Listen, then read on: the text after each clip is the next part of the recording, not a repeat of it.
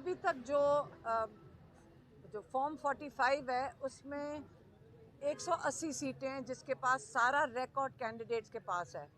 اور پہلے تو اس سے بات کرنے سے شروع کرنے سے پہلے میں یہ کہنا چاہتی ہوں کہ جو 8 فروری تھی میرے خیال میں پاکستان کا سب سے تاریخی دن تھا. ہمیں اس سے خوشی منانی چاہیے اور اپنے آپ کو خراج تحسین پیش کرنا چاہیے کہ ہم کتنے پرزور طریقے سے ووٹ دینے نکلے ہیں. ووٹ جو ہے وہ ہر ایک کا آئینی حق ہے جس کے تحت آپ اپنا کینڈیڈیٹ چنتے ہیں, آپ اپنی نمائندگی چنتے ہیں. اب پاکستان جو پرانا زمانہ تھا جب ہم کہانیاں سنا کرتے تھے کہ گھی کے ٹین کے اوپر یا 5,000 روپے کے اوپر, جو ابھی بھی کوشش ہو رہی تھی کہ 5,000 روپے ایک کینڈیڈیٹ کو دے کے آپ ووٹ ڈلواتے تھے, وہ وقت گزر گیا ہے. جو اصلی انقلاب آیا ہے وہ 8 تاریخ کو آیا ہے اور وہ لوگوں نے اپنے لیے کیا ہے. لوگوں نے یہ فیصلہ کیا ہے کہ ہم اپنے نمائندے ہم خود چنیں گے اور ہم خود فیصلہ کریں گے کہ ہم اس ملک کو آگے مستقبل میں کہاں لے کے جانا چاہتے ہیں. یہ بہت بڑا انقلاب ہے. آپ اس کو جو مرضی کر لیں. جو کل سے تماشا لگا ہوا ہے ان کو بھی نہیں سمجھ آ رہی کہ ہم کتنی بڑی دھاندلی کریں. اتنا مذاق دنیا میں اس وقت بن گیا ہے کہ ساری دنیا مجبور ہو گئی ہے کہ اس کے اوپر وہ بھی شرمندہ ان کو ہونا چاہیے. ان لوگوں کو جنہوں نے کل سے جو تماشا لگایا ہوا ہے ان کو شرم بھی نہیں آ رہی. کل وہ میں دیکھ رہی تھی ایک وکٹری اسپیچ ہو رہی تھی. یہ وکٹری اسپیچ ہوتی کیا ہے؟ یہ وکٹری اسپیچ یہ ہوتی ہے کہ 4 لوگ 40 سیٹیں لے کر کہیں جی ہم جیت گئے, اور ان کو میرا خیال میں اس سے زیادہ مجھے تو لگ رہا تھا ان لوگوں کو جو فیملی کھڑی تھی ان کو شرم آ رہی ہوگی کہ ہم یہ کر کیا رہے ہیں. لوگوں کے پہلے آپ پیسے لوٹ لیں, اس کے بعد آ کے اب ان کا مستقبل بھی لوٹ لیں. جو ووٹ ہے یہ لوگوں کا مستقبل ہے, یہ بالکل ہم لوٹنے نہیں دیں گے. یہ ہر ووٹ ہم نے بھی ووٹ ڈالا ہے, یہ ہمارا حق بنتا ہے. یہ حکومت کی ڈیوٹی ہے کہ یہ اس ووٹ کا تحفظ کریں. اگر یہ حکومت نہیں کر سکتی تو ہمیں اپنے ووٹ کا جو یہ ان کی حکومت کے پاس ہماری امانت ہے, یہ ہمیں اپنے ووٹ کا خود تحفظ کرنا چاہیے. یہ بہت قیمتی ووٹ ہے. ساری دنیا میں ڈیموکریسی ووٹ کو کہتے ہیں. لیکن جو 8 تاریخ کو ہو گیا, پاکستان کو مبارک ہو. ساری دنیا میں پاکستان کا نام ہم فخر سے لے سکتے ہیں.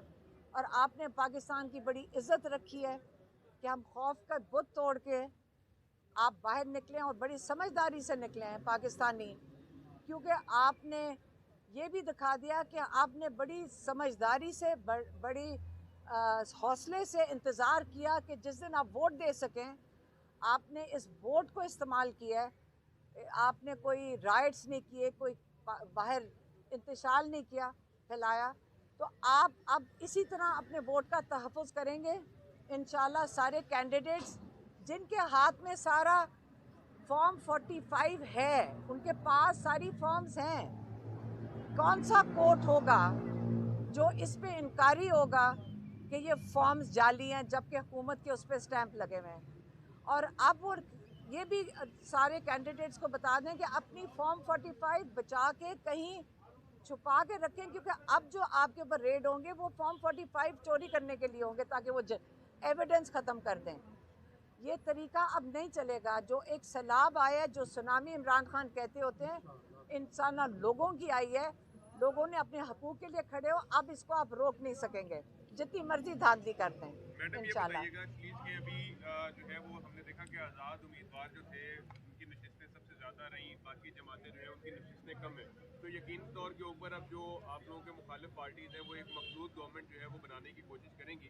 آپ کیا سمجھتی ہیں کہ یہ جو مخلوط گورنمنٹ ہے وہ کتنا چل سکتی ہے, کتنا عرصہ چل سکتی ہے؟ اور دوسرا میرا کوشچن آپ سے یہ ہے کہ پاکستان کی تمام کے تمام جتنے بھی سیاستدان ہیں, یہ جتنے بھی تجزیہ نگار ہیں, اس بات پہ متفق ہیں کہ معاشی استحکام جو ہے وہ صرف اور صرف پولیٹیکل سٹیبلٹی سے ہی آ سکتا ہے. تو کیا آپ سمجھتی ہیں کہ اب وہ وقت ہے کہ پی ٹی آئی کے سمیت تمام سیاسی جماعتیں ایک ٹیبل کے اوپر بیٹھ کر پولیٹیکل سٹیبلٹی کے لیے کام کریں؟